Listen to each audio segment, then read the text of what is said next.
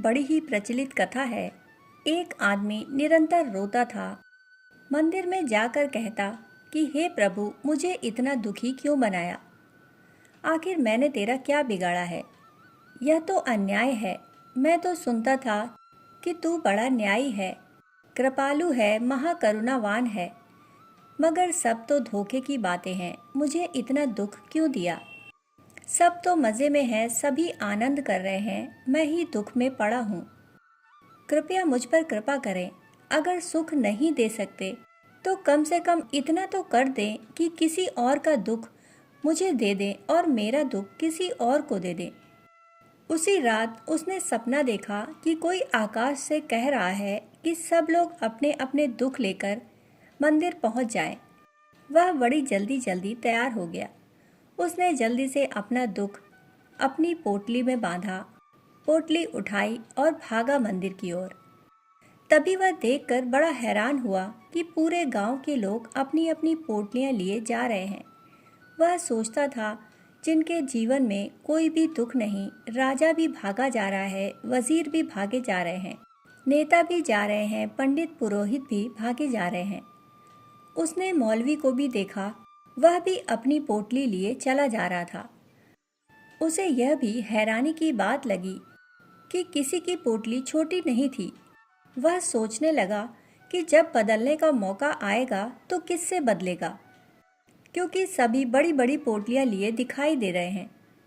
थोड़ी देर बाद सभी मंदिर पहुंचे। सारे लोग उत्तेजित हैं। फिर एक आवाज़ आई कि सभी लोग मंदिर में खूंटियों पर अपनी अपनी पोटलियां टांग दें। सभी ने अपनी पोटलियां टांग दी। सभी दुख से छुटकारा पाना चाहते थे। फिर एक आवाज़ आई कि अब जिसको जिसकी पोटली चुननी हो चुन ले, बदल ले। वह व्यक्ति भागा और सभी लोग भागे। मगर चकित होने की बात यह थी कि उस व्यक्ति ने भागकर अपनी ही पोटली फिर से उठा ली कि कहीं कोई दूसरा ना उठा ले। यही हालत सभी की थी। सभी ने अपनी अपनी पोटलियां उठा लीं। वह बड़ा हैरान हुआ, पर अब बात उसकी समझ में आ गई। उसने अपनी पोटली क्यों उठाई? सोचा कि अपने दुख कम से कम परिचित तो हैं, दूसरे की बड़ी पोटली और पता नहीं इसके भीतर क्या हो। अपने दुख कम से कम जाने माने तो हैं, उनके साथ जिंदगी भर जीते तो रहे, धीरे धीरे अभ्यस्त भी हो गए। अब धीरे धीरे उतना उनसे दुख भी नहीं होता। तब उसकी समझ में आया कि सबने अपनी अपनी पोटली क्यों उठा ली। सभी डर गए कि कहीं दूसरे की ना उठानी पड़े। पता नहीं दूसरे की अपरिचित पोटली में कौन सा दुख समाया हो। प्रत्येक ने अपनी अपनी पोटली उठा ली। सब बड़े खुश हैं कि अपनी पोटली वापस मिल गई।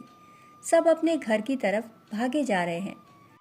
कहते हैं, यदि कांटा निरंतर गड़ता ही रहा हो तो धीरे धीरे चमड़ी मजबूत हो जाती है।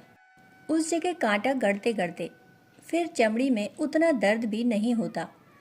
सिरदर्द जिंदगी भर होता ही रहा हो तो धीरे धीरे व्यक्ति भूल जाता है सिरदर्द को और सिर में कोई फर्क ही नहीं रह जाता। एक अभ्यास हो जाता है। सुबह जब उसकी नींद खुली तब उसे सच्चाई समझ में आई। ऐसा ही है, यहाँ सब दुखी हैं, पर एक अभिनय चल रहा है। इस अभिनय में जो जाग गया उसके जीवन में सन्यास का जन्म होता है। अभिनय से जाग जाना ही सन्यास है। दोस्तों, कहानी सुनने के लिए आप सभी का बहुत बहुत आभार। फिर मिलते हैं ऐसी ही ज्ञानवर्धक कहानी के साथ। तब तक के लिए धन्यवाद।